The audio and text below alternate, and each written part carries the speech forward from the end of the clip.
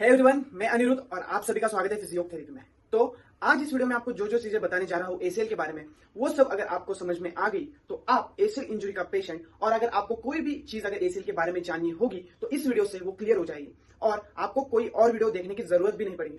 और एंड में मैं आपको ये भी बताऊंगा कि एसीएल इंजरी का रिहैब आप प्लान कैसे करोगे और वो रिहैब प्लान करने के बाद उसे इंप्लीमेंट कैसे करोगे, और कुछ ऐसे टिप्स बताऊंगा जो मैं यूज करता हूँ एसीएल इंजरी के पेशेंट को ट्रीट करने के लिए। तो चलिए शुरू करते हैं। तो एसीएल इंजरी स्टार्ट करने से पहले मैं सबसे पहले बताऊंगा आपको उसकी एनाटॉमी और उसका फंक्शन। तो सबसे पहले एसीएल जो है वो नी का एक लिगामेंट है जो फीमर और टिबिया को अटैच्ड होता है। तो वो प्रोक्सिमली कहां पे अटैच्ड होता है? वो होता है posterior side and medial surface of lateral epicondyle. तो लैटरल साइड पे वो अटैच्ड है और वो नीचे आएगा, यानी कि इन्फेरियर, एंटीरियर और मीडियल डायरेक्शन। तो वो आएगा लैटरल से मीडियली जाएगा, नीचे जाएगा और आगे आएगा, ठीक है। और वो कहां पे अटैच होगा? तो उसका डिस्टल अटैचमेंट है टिबिया पे, जहां पे वो फोसा है और फोसा के एंटेरो लैटरल साइड पे। तो ये रहा उसका प्रोक्सिमल और डिस्टल अटैचमेंट। तो नेक्स्ट हम देखेंगे कि एसीएल में कितने बंडल्स होते हैं। तो एसीएल में से स्पेसिफिक डिवीजन बंडल नहीं होते, लेकिन एसीएल में जो दो बंडल होते हैं उनकी अलाइनमेंट थोड़ी सी अलग होती है, इसलिए उसे दो सेपरेट बंडल के नाम दिए गए हैं। एक है एंटेरोमीडियल बंडल और एक है पोस्टेरोलैटरल बंडल। तो ये जो आप सारी इमेजेस देख पा रहे हो उसपे आप समझोगे कि एसीएल कैसे अटैच्ड होता है और उसके बंडल्स कौन से हैं। नेक्स्ट अभी हम देखेंगे एसीएल का फंक्शन। तो एसीएल का फंक्शन सबसे इंपॉर्टेंट है हमारी नी स्टेबिलिटी के लिए। क्यों? क्योंकि एसीएल जो है वो टिबिया का ट्रांसलेशन है जो एंटीरियरली होता है, उसे रिस्ट्रिक्ट करता है या फिर रिस्ट्रेन करता है, यानी कि रोकता है, जिसकी वजह से आपका टिबिया जो है वो पूरा आगे नहीं जाएगा और टिबिया का कोई इंजुरी नहीं होगा। तो ये उसका मेन फंक्शन क्या है? It is a primary restraint to anterior tibial translation over femur, ठीक है। ये उसका प्राइमरी फंक्शन है। सेकेंडरी फंक्शन जो है वो रोटेशनल स्टेबिलिटी भी प्रोवाइड करता है अपने नी की, और वो वैल्गस स्ट्रेस को है वो भी रिस्ट्रिक्ट करता है। तो ये आपको उसका बेसिक फंक्शन समझ में आ गया। पहले था एंटीरियर ट्रांसलेशन, दूसरा था रोटेशनल स्टेबिलिटी, तीसरा था वैल्गस स्ट्रेस। तो इसके बाद हम देखेंगे जो ये दो बंडल है वो दो बंडल के अलग अलग फंक्शंस है, वो क्या है। तो सबसे पहले हम देखेंगे एंटेरोमीडियल बंडल और उसका फंक्शन। तो एंटेरोमीडियल बंडल जो है वो जब नी हमारा कंप्लीट एक्सटेंशन में रहता है, जैसे मैं अभी खड़ा हूं तो मेरे कंप्लीट एक्सटेंशन में मेरा एंटेरोमीडियल बंडल है वो सबसे लूज रहेगा, उसमें कोई टेंशन नहीं रहेगा। लेकिन जब आप धीरे धीरे बेंड करोगे कंप्लीट एक्सटेंशन से, जैसे से आप फ्लेक्स करोगे, वो फ्लेक्शन के टाइम आपका जो एंटेरोमीडियल बंडल है वो टॉट होने लगा, यानी कि उसमें टेंशन बढ़ने लगेगा। तो ये टेंशन धीरे धीरे बढ़ते रहता है और जितना फ्लेक्शन आप करोगे उतना फ्लेक्शन में टेंशन बढ़ेगा। तो कंप्लीट एक्सटेंशन में लूज होगा, जैसे जैसे आप फ्लेक्शन बढ़ाओगे 0 डिग्री टू 30, 60, 90 नीचे नीचे जाओगे, वैसे वैसे एसीएल पे जो एंटेरोमीडियल बंडल है उसका टेंशन बढ़ेगा। और सेकंड बंडल है अपना पोस्टेरोलैटरल बंडल। तो पोस्टेरोलैटरल बंडल क्या है? पोस्टेरोलैटरल बंडल का फंक्शन क्या है? कंप्लीट एक्सटेंशन में वो टॉट रहेगा, यानी कि उसमें मैक्सिमम टेंशन रहेगा। लेकिन जब फ्लेक्स करोगे आप तो 0 टू 90 डिग्री आते वक्त वो लूज होते जाएगा, और 90 डिग्री पे आके अगर आप 90 डिग्री से ज्यादा फ्लेक्स करने लगे तो वो और टॉट हो जाएगा, ठीक है। तो दो फंक्शन दो बंडल क्या है? इंटरमीडियल बंडल क्या है? एक्सटेंशन में नो टेंशन, जैसे जैसे जितना फ्लेक्स करोगे उतना टेंशन बढ़ेगा। लेकिन पोस्टेरोलैटरल बंडल क्या है? कंप्लीट एक्सटेंशन में मैक्सिमम टॉटनेस, और जैसे जैसे आप फ्लेक्स करोगे वैसे वैसे वो लूज होगा, 90 डिग्री तक पहुंचेगा और फिर 90 डिग्री के नीचे वो वापस टॉट होने लगेगा। तो 90 डिग्री के नीचे दोनों जो बंडल्स है वो टॉट होते हैं। जो यहाँ पे डायग्राम्स है जो आपको दिख रही थी पहले, उसमें मैंने एंगल्स बताए गए हैं और आपको समझ भी आ गया होगा कि कैसे एंटेरोमीडियल बंडल और पोस्टेरोलैटरल बंडल वर्क करते हैं। तो ये था उसका एनाटॉमी और फंक्शनिंग। तो अभी हम देखेंगे इसके बाद वो इंजर्ड कैसे होता है और उसके कॉजेस क्या है और क्यों इंजर्ड होता है, उसका मैकेनिज्म भी हम देखेंगे। तो अभी हम देखेंगे मैकेनिज्म ऑफ एसीएल इंजरी। इसमें तीन मेन मैकेनिज्म है: कटिंग और साइड स्टेपिंग मैन्यूअर, सेकंड है लैंडिंग, और थर्ड है डायरेक्ट ट्रॉमा। डायरेक्ट ट्रॉमा तो आप सबको पता है, अगर कोई एक्सीडेंट में हो गया इंजरी डायरेक्ट, या फिर फ्लेक्स नी पे कोई गिर गया तो एसीएल इंजर्ड हो जाएगा। लेकिन जो पहले के दो जो इंजुरीज है या फिर मैकेनिज्म है उसमें क्या होता है, उसका मैकेनिज्म क्या है, क्यों इंजर होता है एसीएल इस मैकेनिज्म में बार बार, वो भी हम देखेंगे। तो सबसे पहले है कटिंग मैन्यूअर या फिर साइड स्टेपिंग, जिसे चेंज इन डायरेक्शन मैन्यूअर वो भी कहते हैं हम। तो उसमें होता क्या है? सपोज कीजिए कि आप एथलीट हो, फुटबॉल खेल रहे हो और आप भाग रहे हो बॉल लेके सीधा, लेकिन आपके सामने कोई एथलीट आ गया आपको ब्लॉक करने, तो आपको डायरेक्शन चेंज करनी पड़ेगी। जब आप डायरेक्शन चेंज कर रहे हो तो आपका जो जिस साइड में डायरेक्शन चेंज कर रहे हो वो साइड का पैर ऑफ बैलेंस रहेगा, और अपोजिट साइड मतलब अगर लेफ्ट साइड में आप चेंज कर रहे हो डायरेक्शन तो राइट साइड का जो पैर है वो ऑफ बैलेंस्ड रहेगा। क्यों? क्योंकि आपका जो टिबिया है वो वैल्गस में या फिर एक्सटर्नल रोटेशन में चला जाएगा, और जो फीमर है और अपर टंग है वो मीडियल रोटेशन में चल जाएगी, जैसे कि आप ऐसे टर्न करोगे। उस टाइम पे नी पे जो जॉइंट रिएक्शन फोर्सेस है वो नी के मेडियल में गिर जाएगी, जिसकी वजह से जो डायनेमिक नी वैल्गस हम जिसे कहते हैं या फिर फंक्शनल नी वैल्गस, वो किसी भी एथलीट को होना जरूरी है। वो डायनेमिक नी वैल्गस होता है ग्राउंड रिएक्शन फोर्सेस की वजह से। और अगर आप ये मैन्योर फास्ट में करते हो और उस टाइम पे आपका बैलेंस या फिर कुछ किसी का पुश आ जाए या फिर आप थक गए हो, तो उस टाइम पे आपके मसल्स काम नहीं करेंगे और ये बायोमैकेनिकल डिसएडवांटेज की वजह से आपका एसीएल इंजर्ड हो जाएगा। तो इसमें क्या होगा कि आपका तो बॉडी लेफ्ट में जा रहा है लेकिन आपका नी राइट में अटका हुआ है, तो फास्ट डायरेक्शन चेंज की वजह से पूरा लोड मीडियल साइड पे गिरेगा और एसीएल इंजर्ड हो जाएगा। ये हो गया कटिंग मैन्योर और साइड चेंज मैन्योर, ठीक है। और ये जो एसीएल इंजरी का मैन्योर है, इसमें मोस्टली लोग इंजर्ड क्यों होते हैं, इसका कारण है क्वाड्रिसेप्स का इसेंट्रिक कॉन्ट्रैक्शन।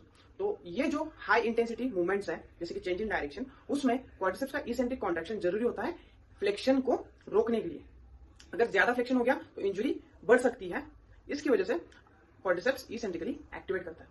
अगर ये इसेंट्रिक जो कॉन्ट्रैक्शन है क्वाड्रिसेप्स का वो फास्ट हो गया तो वो पुल करेगा टिबिया को आगे की तरफ, जिसकी वजह से टेंशन आएगा एसीएल पे और एसीएल इंजर्ड हो जाएगा। लेकिन सिर्फ जो क्वाड्रिसेप्स है उसकी वजह से इंजरी नहीं होगी, उसकी इसेंट्रिक कॉन्ट्रैक्शन की वजह से इंजरी नहीं होगी। जो पहले मैंने आपको बताया कि वैल्गस पोजीशन प्लस टिबिया का एक्सटर्नल रोटेशन, फीमर का इंटरनल रोटेशन और ट्रंक जो है वो जिस साइड आप जा रहे हो उस साइड पर टर्न होगा, उसकी वजह से ये सारे फैक्टर्स प्लस अगर कोई एथलीट ने आपको पुश किया या फिर आपके मसल्स फटीग्ड है तो आपका ये एसीएल इंजर्ड होगा कटिंग मैन्योर में। सिमिलरली सेकंड लैंडिंग मैन्योर में एसेंट्रिक कॉन्ट्रैक्शन इंपॉर्टेंट है क्वाड्रिसेप्स का to control flexion of knee. तो अगर ये कंट्रोल करने के लिए एसेंट्रिक कॉन्ट्रैक्शन क्वाड्रिसेप्स का जोर से हो गया तो वापस वो आगे खींचेगा टिबिया को और फिर एसीएल इंजरी हो जाएगी। लेकिन क्यों? क्योंकि क्वाड्रिसेप्स जो है वो है एसीएल का एंटागोनिस्ट, यानी कि एसीएल जो है वो एंटी टिबियल ट्रांसलेशन अवॉइड करता है, उसे रिस्ट्रेन करता है, लेकिन क्वाड्रिसेप्स जो है वो एंटी टिबियल ट्रांसलेशन को इंप्रूव करेगा, बढ़ाता है, खींचता है, बाहर खींचता है टिबिया को, जिसकी वजह से दोनों अपोजिट एक्ट करते हैं और अपोजिट एक्शन की वजह से अगर क्वाड्रिसेप्स ज्यादा स्ट्रांगली एक्टिवेट हो गया तो एसीएल टियर हो जाएगा। ये हो गया कटिंग और लैंडिंग मैन्योर। तो अभी हम देखेंगे clinical features and examination of ACL injury, यानी कि आपको क्या दिखता है क्लिनिकल फीचर्स एसीएल इंजरी में। तो सबसे पहले आप देख पाओगे कि एसीएल इंजरी में जो पेशेंट है वो बोलेगा कि मेरा पैर मेरा साथ नहीं दे रहा है, यानी कि घुटना जो है वो छोड़ रहा है, चलते वक्त अपना बैलेंस छोड़ रहा है, यानी कि जिसे हम कहते हैं गिविंग अवे। एसीएल इंजरी का गिविंग अवे ऑफ नी, ये एक साइन है पेशेंट जो आपको बताएगा। सेकंड, पेन होगा, बहुत स्वेलिंग होगी।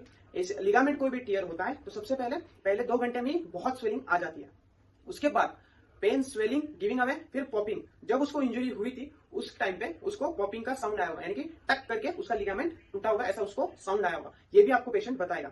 उसके बाद पेशेंट को चलने में बहुत दिक्कत होगी, वो पैर बहुत दर्द करेगा। लेकिन ये जो पेन, स्वेलिंग जो है या फिर टेंडरनेस जो है वो डिपेंड करेगी आपकी ग्रेड ऑफ इंजरी पे, वो एमआरआई में देखेंगे अपन, लेकिन ग्रेड ऑफ इंजरी पे वो डिपेंड करेगा। और जो टेंडरनेस है पेशेंट की वो दिखेगी आपको लैटरल जॉइंट लाइन पे, नी के लैटरल जॉइंट लाइन पे आपको टेंडरनेस दिखेगी। लेकिन याद रखना कभी भी एसीएल आइसोलेटेड नहीं इंजर्ड होता, उसके साथ कोई मेनिस्कस या फिर कोलैटरल लिगामेंट्स इंजर्ड हो जाते हैं। तो अगर एसीएल के साथ मेडियल मेनिस्कस गया तो आपको मेडियल जॉइंट लाइन टेंडरनेस दिखेगी, तो ये आप ध्यान रखना। ये थे उसके क्लिनिकल फीचर्स। तो एग्जामिनेशन में आप क्या क्या देखोगे, पहले तो हिस्ट्री में आपको पता चल गया कि वो पॉपिंग साउंड आया, वो डायरेक्शन चेंज कर रहा था, उस टाइम पे उसका नी ने साथ छोड़ दिया और फिर बाकी सब वो आपको बता देगा। एग्जामिनेशन के बाद आएगा उसका हिस्ट्री के बाद आएगा उसका एग्जामिनेशन। तो एग्जामिनेशन में आप क्या क्या देखोगे, पेन, स्वेलिंग को आपको बता दिया, टेंडरनेस कहाँ पे देखना है आपको बता दिया, मूवमेंट देखने हैं, ट्रांसलेशन चेक करना है कितना है, सारा कितना कर पा रहा है, स्ट्रेंथ देखनी है आपको क्वाड्रिसेप्स और हैमस्ट्रिंग्स की। और उसके बाद आएंगे हम स्पेशल टेस्ट पे। आपको अगर आपने अच्छे से हिस्ट्री और उसके सिम्टम्स देख लिए तो आपको पता चल जाएगा कि वो एसीएल इंजरी है। आपको स्पेशल टेस्ट इसलिए करने हैं कि आप कंफर्म कर पाओ कि हाँ ये एसीएल इंजरी है। आप डायरेक्ट कुछ बिना पूछे सीधा स्पेशल टेस्ट पे चले गए तो आपको अच्छे से डायग्नोसिस नहीं होगा। 70 to 80% डायग्नोसिस आपका हिस्ट्री और क्लिनिकल फीचर्स या फिर साइंस जो आप देख पाओगे, साइंस एंड सिम्टम्स पेशेंट से, उससे पता चल जाएगा। नेक्स्ट आएगा स्पेशल टेस्ट में सबसे अच्छी स्पेशल टेस्ट है लैचमन, उसके बाद आए पाइवोट शिफ्ट और उसके बाद है आपकी एंटीरियर ड्रॉर। लैचमन, पाइवोट शिफ्ट और एंटीरियर ड्रॉर, ये तीनों टेस्ट आपको ऑनलाइन यूट्यूब पे कहीं भी मिल जाएंगे, आप देख लेना। लेकिन इसमें एक है कि पाइवोट शिफ्ट टेस्ट जो है अगर आपका मेनिस्कस टियर है तो उसमें वो अच्छे से नहीं आएगी।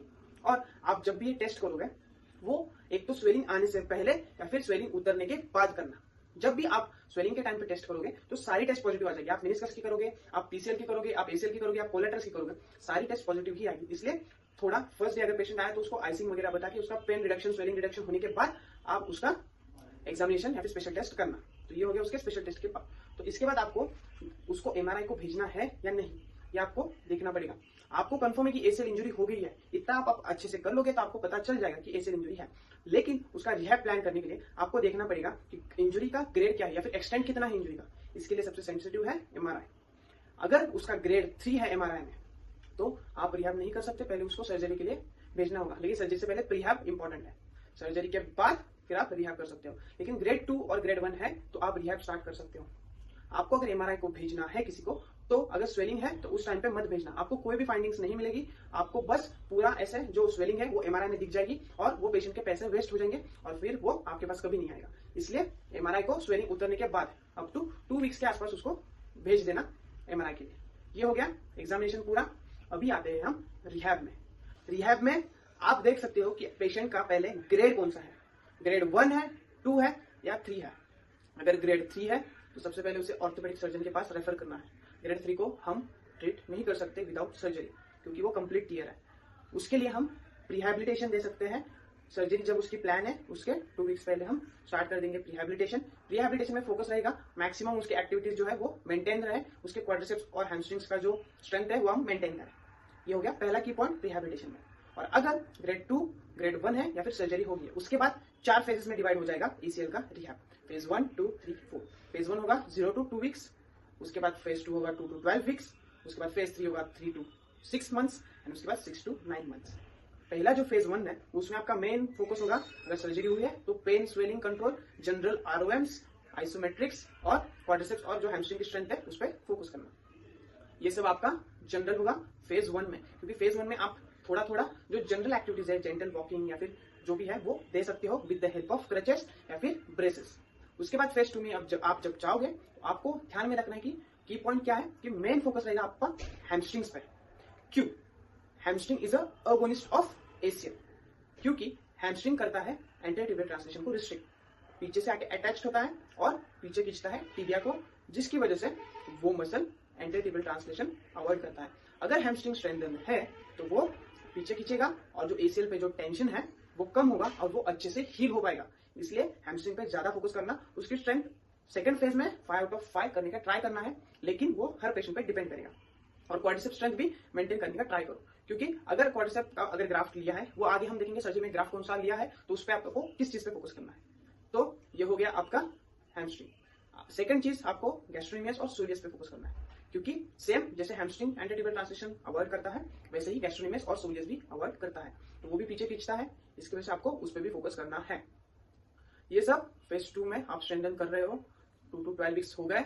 अब आएगा उसका रिटर्न टू नॉर्मल एक्टिविटी और थोड़ा बहुत डायनेमिक एक्सरसाइजेस, प्रोप्रियोसेप्शन, बैलेंस, वो सब आप उस पर फोकस करोगे। फेज 3 में जो 3 to 6 मंथ्स है उसमें आप थोड़ी स्पोर्ट्स स्पेसिफिक ड्रिल्स भी थोड़े बहुत ऐड कर सकते हो, लेकिन ये सब जो है वो पेशेंट स्पेसिफिक होना चाहिए, क्योंकि हर पेशेंट जल्दी रिकवर नहीं होगा, हर पेशेंट लेट रिकवर नहीं होगा। उसकी वजह से आपको उसके हिसाब से देखना पड़ेगा। प्रोप्रियोसेप्शन, बैलेंस, वो सब पे फोकस करने के बाद अब आओगे 4th फेज में, इसमें sports specific activities, return to sport या फिर रिटर्न टू डेली एक्टिविटी। उसकी स्ट्रेंथ इतनी बढ़ चुकी है कि वो अच्छे से दौड़ पा रहा है, चल पा रहा है, फिर उसको आप सिमुलेशन ट्रेनिंग दे सकते हो। अगर वो एथलीट है तो उसको एक छोटे छोटे गेम्स खिला सकते हो। ये सब कर सकते हो आप रिहैब में। तो ये हो गया रिहैब। रिहैब में आपको फोकस किस चीज पे करना है? Hamstring strength, gastrocnemius soleus strength, quadricep strength, ये 3 मसल। और उसके बाद आपको बैलेंस एंड प्रोप्रियोसेप्शन पे भी फोकस करना है। ये हो गया आपका रिहैब का मेन फोकस किस पे होना चाहिए। बाकी सब आपको करनी है, लेकिन मेन जो ये 3 चीजें, इसलिए मैंने आपको बोला कि मैं बस की पॉइंट्स बताऊंगा। रिहैब आपको पेशेंट स्पेसिफिक ही बनाना है। उसके बाद नेक्स्ट है आप सर्जरी कौन सी है उसके ऊपर आपका डिपेंड करेगा रिहैब कैसे जाएगा। सर्जरी में 3 जगह से ग्राफ्ट लेता है, क्वाड्रिसेप्स, पटेलर टेंडन और पेरिनियल। तो क्वाड्रिसेप्स का टेंडन या फिर पटेलर टेंडन जो है वो जब लेंगे तो mostly after the surgery patient को पटेलोफिमोरल पेन सिंड्रोम के सिम्टम्स दिखते हैं। और पटेलर टेंडन मोस्टली जो है वो रेक्टस फिमोरिस से आता है, तो आपको रेक्टस फिमोरिस पे ज्यादा फोकस करना पड़ेगा अगर पटेलर टेंडन है। अगर पेरिनियल है तो पेरिनियल की स्ट्रेंथिंग कर लो। और अगर हैमस्ट्रिंग टेंडन का ग्राफ्ट लिया है तो आपको एंड रेंज नी फ्लेक्शन पे ज्यादा फोकस करना पड़ेगा, क्योंकि अगर हैमस्ट्रिंग का टेंडन का ग्राफ्ट लिया है तो वो वीक हो जाएगा और आपका एंड रेंज जो नी फ्लेक्शन है उस पर आपको ज्यादा फोकस करना पड़ेगा, क्योंकि वो रिस्ट्रिक्ट हो जाएगी। इसलिए वो फिर नी जो है वो स्टिफ हो जाएगा, फिर आगे वो खेल नहीं पाएगा, ये सब सारी चीजें हो जाएगी। तो ये हो गया आपका कंप्लीट एसीएल इंजुरी। अगर आपको कोई प्रिकॉशंस ध्यान में रखने हैं एसीएल इंजुरी के टाइम तो वो है कि टू मच टू सून, यानी कि अगर आपको एसीएल पेशेंट को ट्रीट करते लग रहा है कि अरे बहुत अच्छे से रिकवर हो रहा है, आप लोड बढ़ा दे रहे हो उस पर, तो वो नहीं करना है। अगर ज्यादा लोड बढ़ा दिया आपने एसीएल वगैरह पे, हैमस्ट्रिंग आपका स्ट्रेंथन नहीं है, तो वो ग्राफ्ट है वो लैक्स हो जाएगा, फिर उसका कोई फायदा नहीं है, नी भी स्टिफ हो सकता है। तो ये सारी चीजें आपको ध्यान में रखनी है। तो बस आज के लिए इतना ही। अगर आपको ये वीडियो अच्छी लगी हो, इन्फॉर्मेटिव लगी हो और आपको लगता है कि इससे आपको कुछ न्यू मिला और आप अब एसीएल के पेशेंट अच्छे से ट्रीट कर सकते हो, तो लाइक, शेयर एंड सब्सक्राइब कर देना और फॉलो कर देना मुझे इंस्टाग्राम पे भी। तो मिलते हैं नेक्स्ट वीडियो में, और आप कमेंट में मेंशन कर सकते हो आपको नेक्स्ट वीडियो किस चीज पे चाहिए, मैं उस पर वीडियो बना दूंगा। और for the time being, bye bye.